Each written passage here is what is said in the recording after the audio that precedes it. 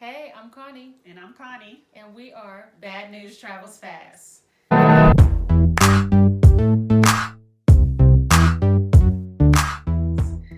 There has been a lot of discussion about the purpose of marriage Yes. outside of just our Christian values. So you're married. I'll have a couple comments, but I am single. And so what are your thoughts on the benefits of marriage outside of the biblical principles? Well, I don't really. Okay, so I don't really have thoughts outside of the reason why I wanted to get married is because I thought that, God would be pleased with me Okay. getting married and I would no longer be a fornicator, like it says in the Bible. So you got married so you wasn't a fornicator. No, not really, because I had 2 children already. I was a fornicator prior. Okay. I gave my life to Christ and then really surrendered to Christ after they were a couple years old. And then I split up with my boyfriend. Okay. Because I wanted to do it God's way. Okay. Or do it like the Bible says. And so prior to that, I was considered a fornicator. And fornicators go to hell. And you don't want to go to hell. Don't want to go to hell. So because of that, I thought, I want to get married to please God in a sense. And also, I wanted to be with somebody. I would say deep down inside for myself. I don't know about anybody else. Because some people say they don't ever want to be married. But I would say deep down inside, I always had a desire to be married. Always had a desire to be with someone, to have the picket fence and the 2 kids and whatever. You got a little bit more than that. I got way more than that. So, but outside of Christianity, I'm not sure. I'm not really sure what the purpose would be outside of Christianity. And that's the thing, because I have different conversations. And of course, as a believer, I'm like, you should get married, right? And I'm like, oh, it's a lifetime commitment. But then it's like, well, people get divorced. So they, almost consider it like, people break up. And so it's like, I've been living with him for 10, 15 years. He's the only person I want to be with. We split everything. We go on vacation. We take care of the kids. Why do I need that piece of paper? To make it legal or for people to honor this union if the only difference is I'm going to sign a piece of paper. Now, I know, of course, if you're fornicating, of course, we are not living with people we're not married to, we're not having sex, but they're still getting the relationship and the companionship. I know legally, like if you have a business or anything happens, your spouse gets your legal possessions because you guys are considered one. But, what I've also heard is too, like, oh, if I have an insurance policy, I could just put whoever's name down. This is true. And they would get whatever I wanted to get, right? Outside of me being married to them. And so I thought it was a good question. And I believe in the institution of marriage. I believe in the unity and the oneness, the togetherness, us serving the Lord together. But I think when we're trying to convince or talk to people about the benefits of it who are not believers, they often ask, like, outside of the sex and you can't live with somebody, what's the real benefit? Well, I guess I'm thinking that one benefit could be commitment.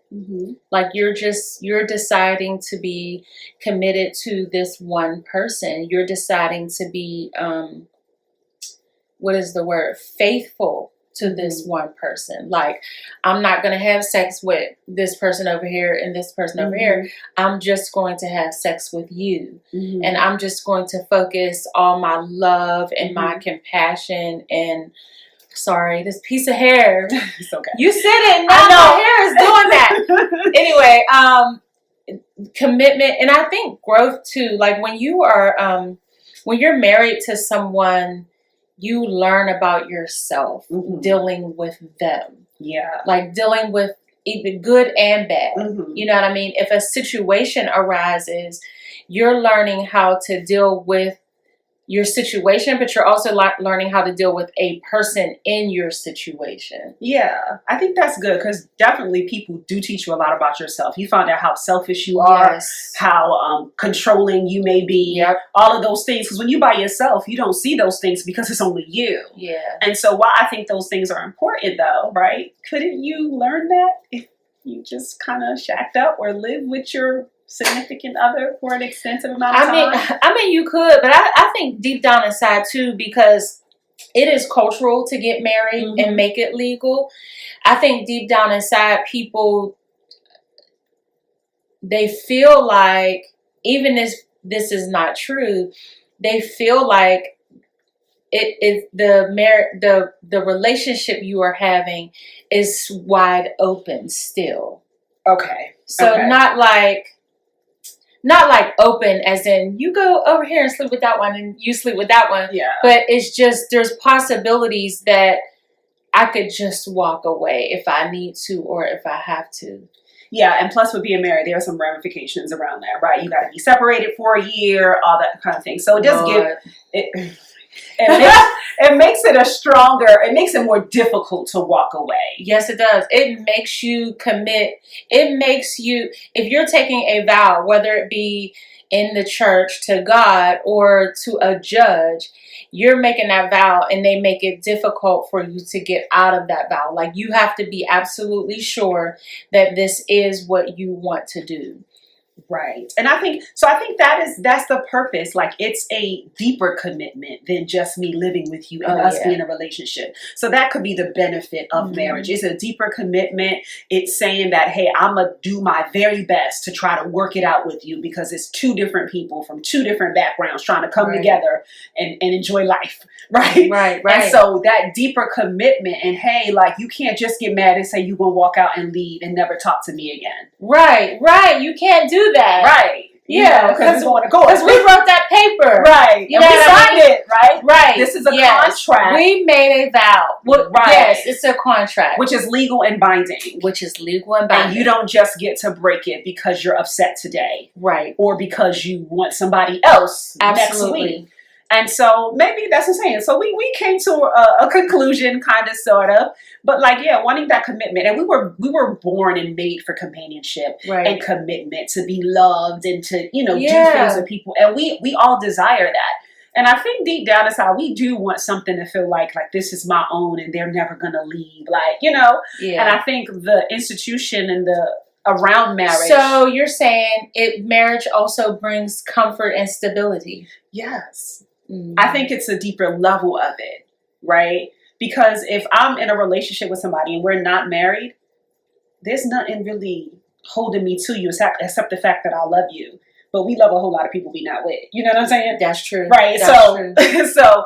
But it's like, hey, I want to work this out. I made a commitment to this person and I did it in front of people. Right. Ultimately, you're doing it to God, but you did it in front of the judge or whoever. Any other contract we get, we have to honor it. Yes, you do. Or you go to jail or you get sued or all that. Right. Maybe that's why they created alimony. Probably. No, right? Because if I were nigga on my commitment on my contract with you, there are some financial repercussions that come along with it, right? In the business world, right? Like you make commitments without student loans. Like, I promise to pay. That's a promissory note, right? Yep. If I buy a house, I'm promising to pay you back. Yep. And if I don't, they come take the house, and then I'm not able to do anything. So they do things on your credit. So there's always a consequence for breaking a commitment. You're right. That's legal, right? And so that's probably why there are some things that go around with, or some laws, or whatever. You're making me think, like, even with Christianity, the consequence of, you're making me think like you're talking about the consequences of doing it the legal way. Right. But we, as Christians, we're thinking that there's a consequence if I break this. Mm-hmm. You know what I mean? And even how the Bible says, I think Jesus said from the very beginning, God did not want for us to be getting divorces and stuff like that. But because of the evil in our hearts, he has allowed it. You know what I mean? And I do understand, like, a lot of times you could meet someone and you meet this person who is pretending to be somebody good a lot of times. You know, so I'm meeting you, you're great, you know, and then let's say we date for 2 years, you're the best thing that's ever happened to me, and then we get married and you do a 360. And that's, I think, people's fear though with marriage, right? It's like when we I've were seen dating, it happen things in were marriage. great, and then this Right. I say I do, and it's like, who are you? Let me tell you, a lady that I know, she got married and she found out a month later that her spouse, this is after dating him for, I think it was 3 years. They were 3 years dating, and she never knew he smoked. She never knew he drank. How? She never knew he watched pornography. How she didn't know the smoking though? Because he never would smoke around her. But They I'm saying didn't live together. But she didn't like smell it in like his clothes or anything? She never had a clue. Not a clue. That's deception. And he wasn't smoking cigarettes. He was smoking cigars, and even though cigars are pretty strong, Yeah. but cigars and weed. Weed is strong. Weed is very strong too. But nowadays they have stuff you can smoke where you don't smell it. Oh. Okay. I didn't know. I'm sorry. But I'm just saying, like, you know, sometimes we get into relationships and we were duped pretty much, or we were fooled. Or sometimes someone changes. Yeah. And then we talked before about getting married for the wrong reasons, right? You obligated. Right. You feel like, you know, sometimes it's a self-esteem issue when you feel like, hey, like I made so many mistakes and they still want me, so this must be the right thing. Like, right. Is it? You know what I'm saying? Yeah. And then you want to impress that person that you're dating. Mm-hmm. So when somebody's coming to visit me, right, I hurry up and start running around cleaning up, making sure it looks presentable for them. So if you're doing that, like every single time you're hooking up with your friend or boyfriend, girlfriend, mm-hmm. but you're really trifling, because see, like, we don't take the opportunity to look through people's drawers. Isn't that a little like... We don't go through your drawers. We don't go through your closet. Now imagine all the drawers are junk drawers and all the closets are just full of junk, right? That has been pushed in there. When I come to visit, all I see is this frame. Right. And the frame looks okay. Right? But I've got all this junk in drawers, and I've got all this junk in every closet. Yeah, and that's what the purpose of dating really is, and to me, is to get to know each other, your strengths and your weaknesses, because everybody has them. So it's not like, you know, I submit and get with the person whose weaknesses I can deal with. Right. Right? But this is the thing, though. How do I find out what your weaknesses are? That is an awesome question. I know one thing that I talk to people about too. Oftentimes when we're dating, we're always one-on-one. Right. So when it's just me and you, I'm focused all on you. I'm paying attention to you. You know, there are certain things that I won't say or do just with me and you. Mm-hmm. But when we're out with friends and the intention's not always on you, you know what I'm saying? I might catch you doing something, or you might say something slip out your mouth that in a just you and I setting won't happen. But we don't date in community, if you will. Right. We go always one-on-one. We don't bring them around people that's discerning, because sometimes, you know, it might have been a little while since we've been in a relationship. So we're excited about the idea that somebody's pursuing us and they like us. And so we forget all the stuff that's going wrong. So we have to take a step back to be able to see. To be able to see that and to ask questions, right? We know, I've heard different people talk about like what you can't talk about on the first date or second date. But I gotta hang out with you for 7 months to know you got a kid? Or that you've been married 5 times? I tell you what, listen, on the first date, and this is because I'm older. Now, maybe when I was younger and I dated, I might not have needed all that information. Mm-hmm. But if I've been waiting a long time for somebody to come along, right? Yes. And you finally come along, I want to know on the first date, you have children, pets. I'm allergic to pets. Okay? So, children, pets. Have you been able to keep a job? Right. Have you had 20 jobs in the past year, or just one? Like you know what I'm saying? I know you're exactly, but yeah. But I need to know. And are you married? Yes. Are you people don't wear married? rings. Have you ever been married before? And nowadays, How with long all was it? the sexual stuff happening, are you bisexual? Yeah. Let me tell you. Right. What? I was working somewhere and I was talking, with a group of people, and they was, they had met somebody online or something like that, and they was having some good conversation and stuff like that. So I think one day, he was like, "Oh, I gotta tell you something," and she was like, "What?" So she kind of asking everybody, whatever. I'm like, "He got kids, right?" I'm like, "He married, right?" And Right. so this guy was like, "He got married, he got kids," and this dude was like, "Oh, he in the down low." But we didn't think that. Lord, We didn't think that. I would fall out. No, but the thing was, he would have sex with men occasionally, like, and so he was bisexual. yeah, Yeah. Now, see, that would be a deal breaker for me, yeah, because if it's a deal breaker for me. yeah, what I'm saying, and how about I know that on the first date so that we don't waste time. That's my thing too. I'm like, usually after the first date, if I don't know you when I go out, I know whether I like you or not. Right. I can see the compatibility or the lack thereof. Mm-hmm. I might give it a second date just to make sure I'm not being extra critical or whatever like that. Right. But and I think it is. I remember I was cool with somebody, and then we was kind of hanging out, and I think he was kind of really liking me and catching feelings and stuff. And then one day he was just like, like, I have this STD that's incurable. But I really respected them because at least you let me know. Right. Right? So you don't get to make an accurate assessment or get to make an informed decision without all the information. Right. So when you withhold things, you lie, you cheat, and you steal from me. That's right. Right? Because you lied to me, you cheat me out of the opportunity to make a decision, Mm-hmm. and you steal from me. Right? Because I made a decision without having all the information. And you know what's jacked up too, because you're talking about incurable disease like herpes or HIV or something like Mm-hmm. that. How about finding out after you've had sex with them? Mm-hmm. Now that's really jacked up. You know what I mean? But going back to what do you do to find out what people's weaknesses are? I thought about this. So a lot of times when we're dating somebody, we date them and we have shallow conversations. We do. So I'm just talking about what's going on in my life. I go to work. I got kids. Let's just assume I had kids already. Okay. I got 2 kids. So we're talking about that. My family, my church, mm-hmm. because that's what Who I we do. are. Yeah. Right. So we're just talking about those few things. But how about having conversations about what do you do when you get angry? Right. How do you manage your money?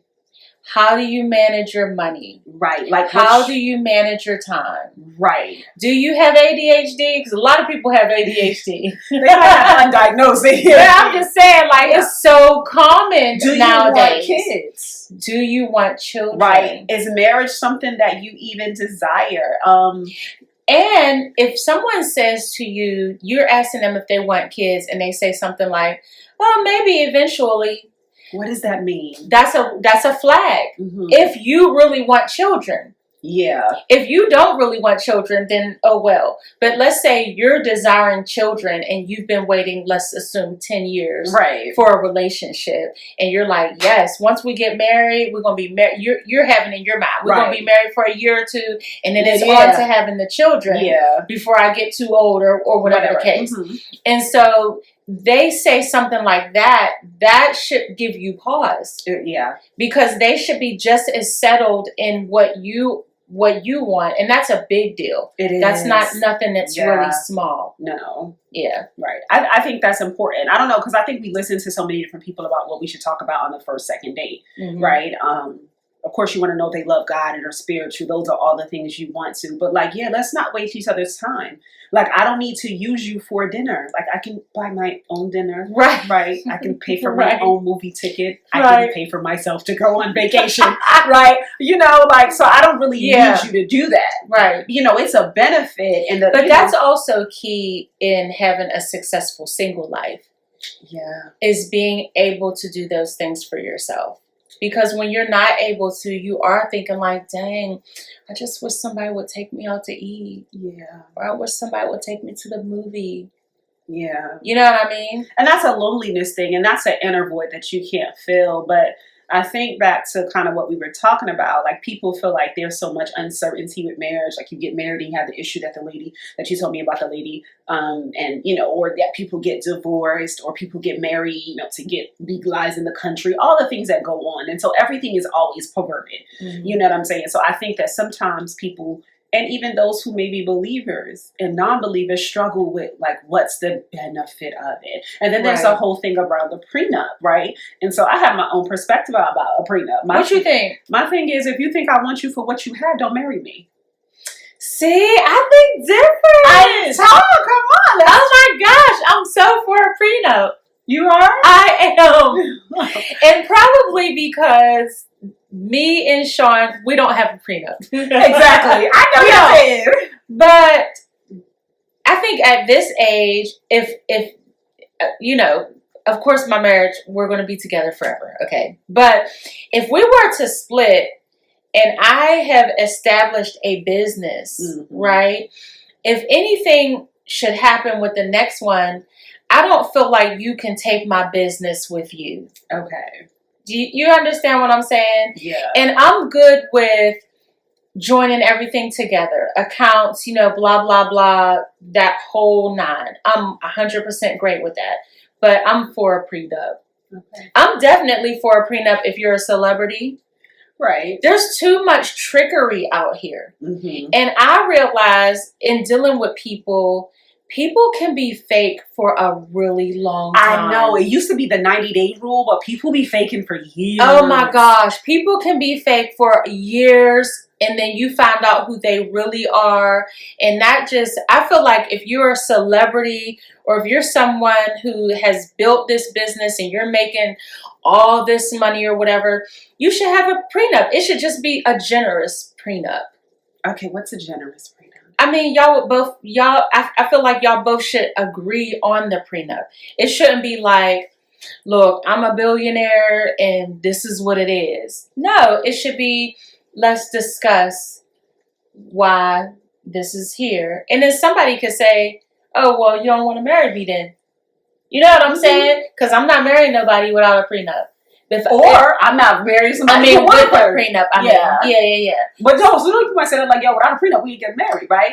And Right. But I think sometimes people, I've also thought, like, yo, if you believe that, and I know people are just being cautious when they have stuff. And they're like, yo, you don't get to And say if you've been in bad relationships already and you've been divorced already. Yeah, that is true. But Cosmo, you don't even need, like, a prenup for me to get something from you, because there's something called separation maintenance fee. Okay? I haven't even married you. I just was with you for 10 years. I think, too, you might be thinking of prenup as in, I'm leaving with all my stuff and you just leave with your stuff. Yeah. That's not, like, we're married. Let's assume I'm the guy and you're the girl. Okay. We're married. Let's assume I'm a billionaire and you're a millionaire. Okay. So we both got something. Right. We both have something. It's not like Pretty Woman where, you're getting someone off the street. Right. And you know what I mean? Yeah. But even if that was the case, like if it was, I found you and you were, let's say you were a stripper. Like, dang. You wasn't making hardly no money. You was in one of the cheap clubs, right? Strippers make money for what I am. And I'm a billionaire. Okay. Of course, you're going to leave with, let's say, I write in there $500 million. That's more than you've ever seen in your life. I mean, you get what I'm saying? So I'm for it. I'm just for it as far as, because I think people, when you get married, we say in Christendom, as Christians, marriage is not an option, but it really is. Everything's in life. Marriage is an absolute option. Let me ask you this, because you brought up prenup. So how do you feel about hyphenated last names? I don't think you should have a hyphenated last name. Why? I think that you're taking on the man's name so he can have a lineage going on.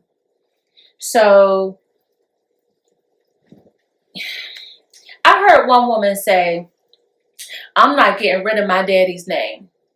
Okay. So your dad is going to have a lineage and your husband is not. Because they go by the man's last name. Usually. So that's just the way the world works. Like, they go by the man's last name. Okay. Is it you for the reason you think about lineage? We've just had different, conversations, and I think sometimes the challenge comes when you talk to your family and you have like all males, but then all the males have females, right? Right. So then it's like the last name dies off. And Right. sometimes the fathers or the uncles, like, it's for instance in my family. So my grandmother had 3 boys and she had 3 girls, I think, right? Okay. And so all of the males had girls, right? Okay. And so my aunt, right, she has a boy, but he has his dad's last name. So what happens is our last name is going to die as we get married. Right. Because we're girls and usually we take on the last name. Mm-hmm. And so sometimes I've had conversations and it's like, yo, why don't you just hyphenate your name? Because then the cause of last name dies off.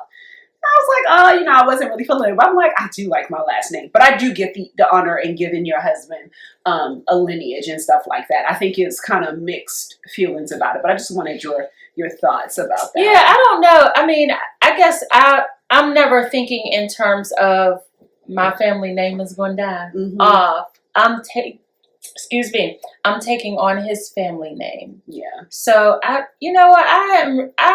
I guess I never really gave that a lot of thought. Yeah, I think it just annoys me when people got like 2 long last names and I gotta say this name and then your last name long and his last name long. And I'm like, really? Like, I gotta call you this, and then I've met students where they got both their parents' last name. Yeah. And then they got a middle name and a first name. Right. Or they got a first name and 2 middle names and then mom and dad's last name. Yeah, I have 2 middle names, so that would be 5 names. Yeah, that's a lot. Yeah. Yeah. Well, I don't know. But anyway. But you guys can definitely send comments and what do you think? Please do, because we have no idea what the benefits are of marriage outside of Christianity. Well, yes, we came with some, Christianity and our beliefs is the biggest thing. But realistically, yeah, we came up with maybe one. Okay, but send in your comments what you think the benefits of marriage is and let us know what you think. Yes, please. Please like, share, and subscribe. And where can they follow us at? Follow us at bntf.podcast on Instagram. Yes. And also follow us on YouTube. Yes. Subscribe. And also for our Black business shout out, I know this young lady and she makes sweaters and t-shirts and it says Generation Changer. So if you are a generation changer, definitely get one. I know that I am. I have broken some generational curses and I'm excited about it, continuing to do that.